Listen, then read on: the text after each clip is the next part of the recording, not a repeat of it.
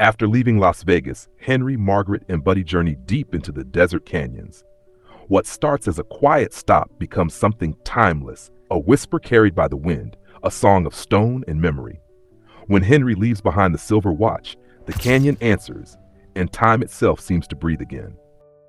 Echoes of the canyon. The road stretched endlessly through the desert, a ribbon of fading asphalt swallowed by the evening sun.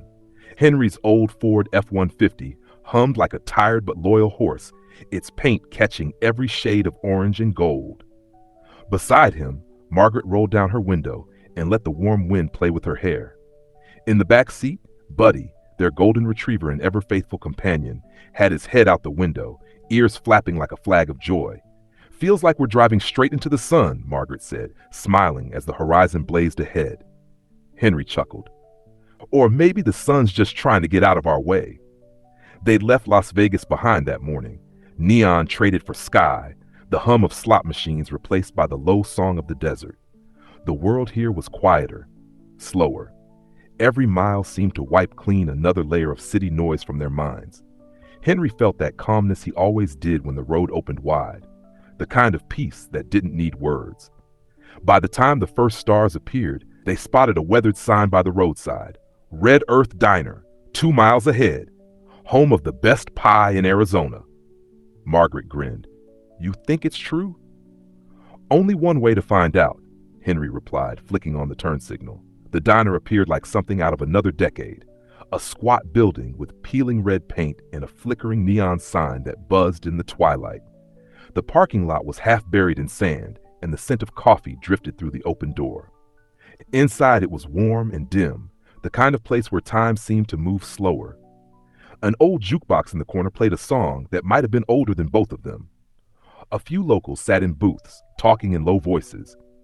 Behind the counter stood a man with long gray hair tied back in a braid, his weathered face lit by the glow of the coffee machine. "Evening, folks," he greeted them with a slow nod. "Coffee's hot, pie's fresh." "That's all we need to hear," Henry said, sliding into a booth.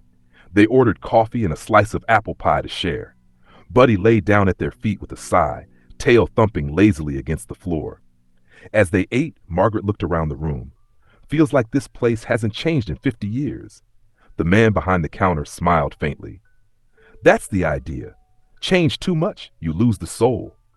His name tag read Elias. He moved with the patience of someone who'd watched 1,000 sunsets from the same window. When Henry went up to pay, Elias nodded toward the small radio on the shelf. A soft hum of wind came through, mixed with distant static. "Where you folks headed?" he asked. "Thinking of heading toward Antelope Canyon," Henry said. "Heard it's something worth seeing." Elias's eyes gleamed just a little. "You'll find more than just sights there." Henry raised an eyebrow. "Oh?" The old man poured another cup of coffee for himself, looking out the window at the spreading darkness. "There's a place where the wind sings, they say. The canyon's got a voice. You listen right, you might just hear it talking back." Margaret smiled. "Like echoes?" He shook his head slowly. "Not echoes. Memories. Some folks hear what they lost. Some just hear the wind. Depends on what you're carrying inside." There was a long pause, the kind that settles into a room like dust. Outside, the last light of day slipped below the horizon. Henry paid for their meal, but Elias waved a hand. "Coffee's on the house. You've got a long road ahead. And if you do find that singing wind," he looked at Henry with a quiet intensity, "listen closely. The canyon remembers things people forget." They thanked him, stepped outside, and stood for a while under the vast desert sky. Stars stretched from one horizon to the other, sharp and bright. The air smelled of dry sage and faraway rain. Margaret slipped her arm through Henry's. "You ever feel like we're chasing something we can't name?" He smiled softly. "I think we're just following the road till it tells us where to stop." Buddy barked once, as if in agreement. They climbed back into the truck. The headlights cut through the night, illuminating the dust that rose like ghosts behind them. Somewhere in the distance, lightning flickered, silent, purple flashes beyond the horizon. Margaret turned on the radio. A country song crackled through, full of longing and old roads. Henry tapped the steering wheel in rhythm. "Elias seemed like he knew something," she said after a while. "Old folks out here always do," Henry replied. "Desert keeps secrets. Maybe we'll learn one or two. As they drove deeper into the dark, the road began to narrow, winding between towering cliffs that seemed to glow faintly in the moonlight. The air grew cooler, the silence thicker. When they finally stopped for the night, they parked near a small overlook. Below them stretched miles of red rock and shadow, a vast sleeping ocean of stone. Henry shut off the engine. The world fell completely still. Not even the crickets dared to break the quiet. Margaret leaned her head on his shoulder. "You think there's really music in the wind?" Henry listened. Somewhere far off, the air moved through the canyons, humming low and steady. It almost sounded like a song, something ancient, older than the road, older than them both. He smiled faintly. "Yeah," he said. "I think I can hear it already." Buddy gave a soft bark, tail thumping once against the seat, as if to say he heard it too. The stars above shimmered brighter, and for a fleeting moment, Henry thought he saw the shape of the desert stretching out like a red sea, endless, alive, whispering stories it had held for 1,000 years. Tomorrow, they'd find that canyon. But tonight, the road itself was enough. Morning came slow and golden, pouring over the desert like honey. Henry stretched in the driver's seat of the Ford, rubbing his eyes as the first light touched the hood. Margaret was already awake, leaning on the open door, watching the sun climb above the rocks. Buddy sat beside her, tail sweeping small clouds of dust as he watched something invisible out in the desert distance. "Smells like a new day," Margaret said softly, taking a sip from her travel mug. Henry smiled. "Smells like sand and old coffee. Still better than that diner in Nevada," she teased. He laughed, turning the key. The old engine coughed, then purred to life like a loyal dog. They rolled back onto the highway, the world around them bathed in a soft amber glow. Every mile felt like it pulled them deeper into something ancient, something older than roads and maps. By noon, they reached the entrance to Antelope Canyon. A small sign read, "Tours start here. Respect the spirit of the land." They parked near a cluster of jeeps, dust swirling around them. A Navajo guide, a tall man in a faded hat named Thomas Begay, approached with a calm smile. His voice was quiet, steady, like the desert itself. "First time here?" he asked. Henry nodded. "We've seen pictures, figured it was time to see it with our own eyes." Thomas's eyes flicked to the horizon. "Pictures don't show the silence. That's the best part." Margaret looked curious. "You mean it's really that quiet?" Thomas smiled faintly. "Sometimes it's quiet. Sometimes it speaks. Depends on how you listen." Buddy gave a small bark, as if seconding the thought. Thomas chuckled. "Dogs usually hear it first." They followed him into the narrow passage of sandstone. The light was unreal, thin golden beams sliding through the canyon walls like liquid fire. Every twist of rock held a pattern, every curve a story. The deeper they went, the cooler the air became, filled with a scent of ancient dust and time. Margaret whispered, "It feels alive." Thomas nodded slowly. "It is. The canyon breathes. She remembers." As they moved deeper, the sound of their footsteps faded into the soft hum of the wind. It wasn't really music, more like a low vibration, rising and falling, like a voice half remembered in a dream. Henry stopped, tilting his head. "You hear that?" he asked. Margaret nodded, wide-eyed. "It's singing." Thomas turned, his face calm. "That's the wind. She carries the voices of what came before." Henry stood still, letting the air move across his face. It felt like the desert itself was speaking, not in words but in memory. For a moment he thought he heard something familiar, a faint rhythm, almost like the ticking of a watch. He frowned. "That sound? It's time," Thomas said quietly. "You're hearing time." Margaret laughed softly, though her voice trembled. "You sound like that old man from the diner." Thomas's eyes glinted. "Maybe he's been here before." They reached a chamber where the sunlight poured through an opening above, illuminating the walls in streaks of red, orange, and gold. It looked like a cathedral carved by wind instead of hands. Thomas stopped and gestured toward the center. "This is where the wind sings the loudest," he said.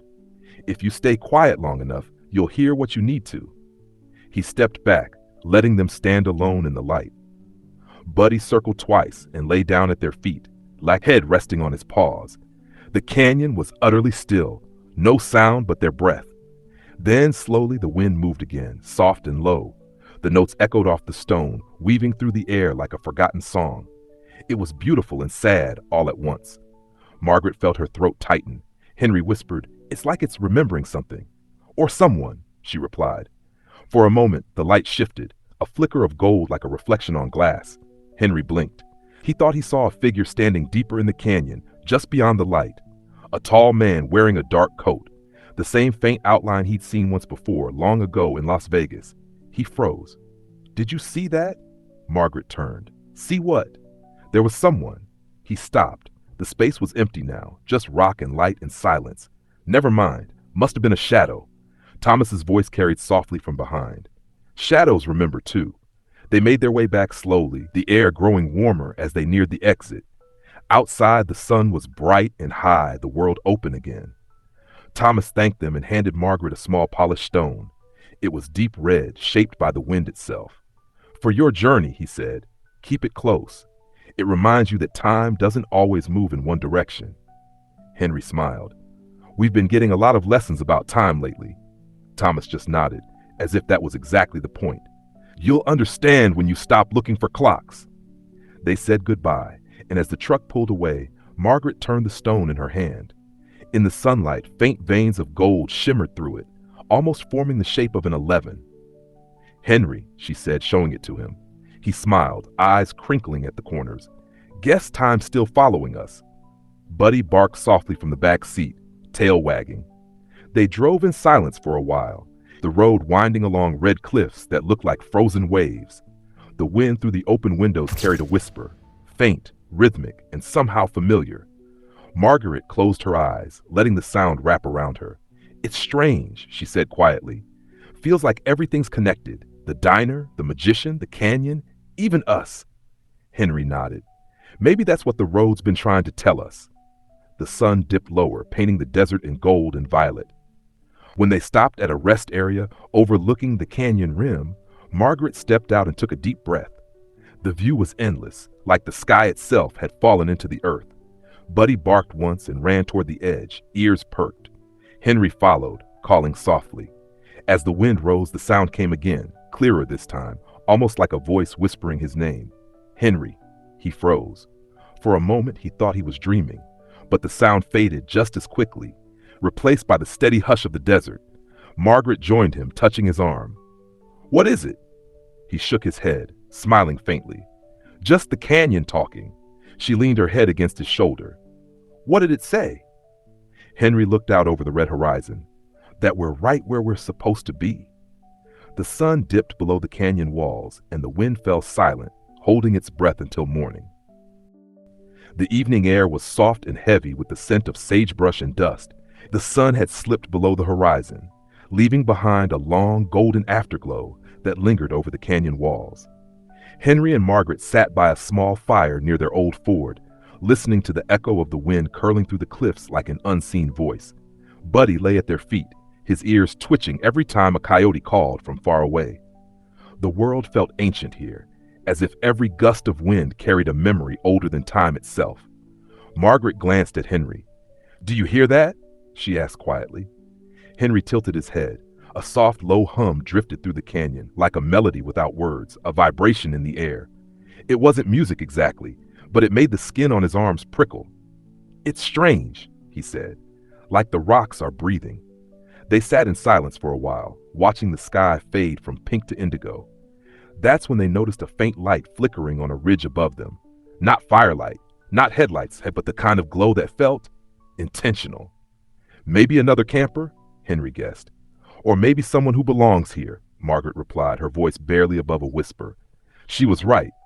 From the shadows came a figure, a small, stooped woman wrapped in a dark shawl, her long silver hair braided down her back. Her steps were slow but certain, as if she knew this land by heart. Her eyes reflected the firelight, steady and calm. Buddy lifted his head but didn't bark. Instead, he wagged his tail once and lay back down, a quiet sign of trust. The woman nodded politely. Evening, she said, her voice raspy but warm. You travelers? Yes, ma'am, Henry said, standing up and brushing dust from his jeans. Just passing through. She smiled faintly. No one just passes through this canyon. The stones remember every step.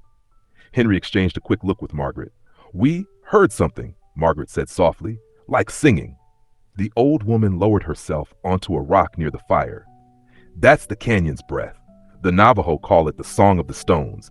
It comes when the wind carries the stories of those who've walked here before. She looked toward the cliffs, her face lit by the orange flicker of the flames. It doesn't sing for everyone, she added, only for those who carry gratitude in their hearts. Henry frowned, thoughtful. Gratitude? The woman nodded. Yes, not for what's been gained, but for what's been lived. Every journey leaves an echo. This place, it listens. For a while, no one spoke. The fire crackled softly and the canyon hummed its low, mysterious tune.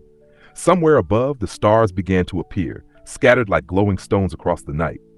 Then the woman turned back to Henry. When the canyon sings to you, she said, you must answer. Leave something behind, something small, something that belongs to your story. That way, the wind knows who listened. Henry looked down, his hands resting on his knees. He thought of the long roads they had traveled, the lakes, the mountains, the strange light trains in the desert. And then he remembered the silver pocket watch, the one the magician had handed him in Las Vegas with that cryptic smile. Sometimes, the magician had said, time gives gifts to those who wait. Henry reached into his jacket pocket and pulled out the watch. It caught the firelight and shimmered faintly, the engraved case glinting like moonlight. Margaret noticed and touched his arm gently. You sure? He smiled. Feels right? The old woman nodded approvingly. You understand. Henry stood, walked toward a large flat stone near the edge of the clearing, and placed the watch gently on its surface. For a moment, nothing happened. Then the wind shifted, soft at first, then stronger, swirling through the canyon in slow, rhythmic gusts. The fire danced higher, and a deep, resonant tone rolled through the cliffs like a heartbeat made of stone and air. Buddy stood up, tail wagging, looking toward the darkness as if he could see something moving there, something vast and invisible. Margaret whispered, It's singing. Henry nodded. It's thanking us. The woman closed her eyes, listening. No, she said quietly. It's you who are thanking it. That's what the canyon hears. For a long time they stood in silence, the three of them and the dog, wrapped in the sound of the wind and the glowing warmth of the fire. The watch gleamed faintly on the stone, as if marking not time but presence, a symbol of everything they had seen, lost, and learned. When Henry turned back, the old woman was already rising. Where will you go next? She asked. We're not sure, Margaret said. Maybe home, maybe wherever the road leads. The woman smiled, her eyes bright beneath the shadow of her shawl. Then listen to the wind. It knows the way. She started down the trail, her silhouette melting into the starlit dark. Henry watched until she disappeared completely, then looked back at the stone. The silver watch was still there, gleaming faintly like a star fallen to earth. Margaret took his hand. You think we'll ever see her again? Henry squeezed her fingers gently. Maybe not, but I think she'll remember us. Or the canyon will. They stood together, the night around them alive with whispers and echoes, the song of stone and time and gratitude. Above, the Milky Way spread wide across the sky like an ancient map, and somewhere in the wind, it almost sounded like laughter, soft, kind, and eternal. Dawn came quietly to the canyon, like a secret being whispered across the desert. The first light spilled over the rim of the cliffs, brushing the red stone walls in shades of rose and gold. A soft breeze stirred the ashes of last night's fire, carrying with it the faint scent of juniper and smoke. Henry stood near the edge of the clearing, coffee mug in hand, watching as the world began to glow. Margaret wrapped a blanket around her shoulders and joined him, her hair catching the morning light. Buddy wandered a few steps away, nose pressed to the cool sand, tail gently swaying. The silence here was different, not empty, but alive. It hummed with something ancient, something listening. Feels like the world's still half asleep, Margaret said softly. Henry nodded, eyes on the horizon. Yeah, like it's trying to remember a dream. They both looked toward the stone where the silver pocket watch lay, untouched, gleaming faintly in the newborn sunlight. The night's wind had smoothed the sand around it, leaving the surface clean, almost sacred. Henry set his mug down and walked closer. The canyon air felt cooler there, the kind of stillness that hums just before the world speaks again. He crouched beside the stone and ran his hand lightly across its surface. The watch was cold, but when he touched it, he felt, or maybe heard, a faint pulse, like a single heartbeat. Then came the sound. At first, It was nothing more than a whisper of wind, but slowly a rhythm formed. Tick, tick, tick, soft but steady, echoing faintly off the canyon walls. Henry froze. "Do you hear that?" Margaret joined him, her breath catching. The sound was coming from deep within the canyon, bouncing between the cliffs, growing stronger with each passing moment. It was unmistakable, the gentle ticking of a clock. Not loud, not eerie, just present. Henry felt his throat tighten. "It's the same sound," he said quietly. "From Vegas, from the watch." Margaret smiled through tears that shimmered in the morning light. Maybe time's saying goodbye. He looked at her, then back toward the canyon. The echoes of ticking blended with the rising wind until they became one, a slow, harmonious rhythm that filled the air like a heartbeat made of stone and sky. Buddy barked once softly, as if acknowledging something unseen. The sun climbed higher, pouring gold into every crack and crevice of the canyon. The walls glowed with life, and the shadows of night retreated into hidden corners. Henry took Margaret's hand. Together they watched as the watch's reflection danced on the stone, turning the light into a soft, flickering shimmer. Margaret's voice broke the silence. "Do you think it was real? The song, the watch, the woman?" Henry smiled faintly. "Maybe real enough." He paused, thinking. Maybe the canyon just reminds us that time doesn't go in one direction. Sometimes it circles back, just to see if we're listening. Margaret leaned her head on his shoulder. "Then I guess we heard it right." They stood there for a while, letting the sun warm their faces, feeling the soft hum of the earth beneath their feet. The ticking slowly faded, replaced by the rustle of wind through the sagebrush and the call of a hawk somewhere high above. Henry looked down one last time at the watch. For a moment, it seemed to shimmer brighter, a final gleam of silver light, and then the surface dulled, blending back into the stone. He knew it was time to go. He reached for Margaret's hand again. "Ready?" She nodded, smiling. "Always." As they walked back to the truck, the world felt lighter somehow, like something had been set right, even if they couldn't explain how. The air was crisp and clear, filled with that clean, like electric scent that only exists right after sunrise. Buddy jumped into the back seat, wagging his tail as if to say, "Let's move on." Henry started the engine. The sound of the motor echoed softly off the cliffs, blending for a heartbeat with the canyon's rhythm. Tick, tick, tick. Then, as they turned onto the dusty road leading out, the sound faded completely. But just before the bend, Henry glanced once more in the side mirror. For the briefest instant, he thought he saw movement near the stone, a shimmer of light, a figure wrapped in a shawl, or maybe just the wind playing tricks with the morning. He blinked, and it was gone. Margaret noticed his expression. "What is it?" "Nothing," he said with a soft smile. "Just the canyon saying goodbye." They drove on in silence, the road stretching ahead through an ocean of gold and red earth. The rising sun painted everything in light, the truck, the sand, even their tired faces, until it all glowed like the surface of an old, beloved watch. And somewhere behind them, deep in the canyon, the echo rolled once more, gentle, endless, and kind.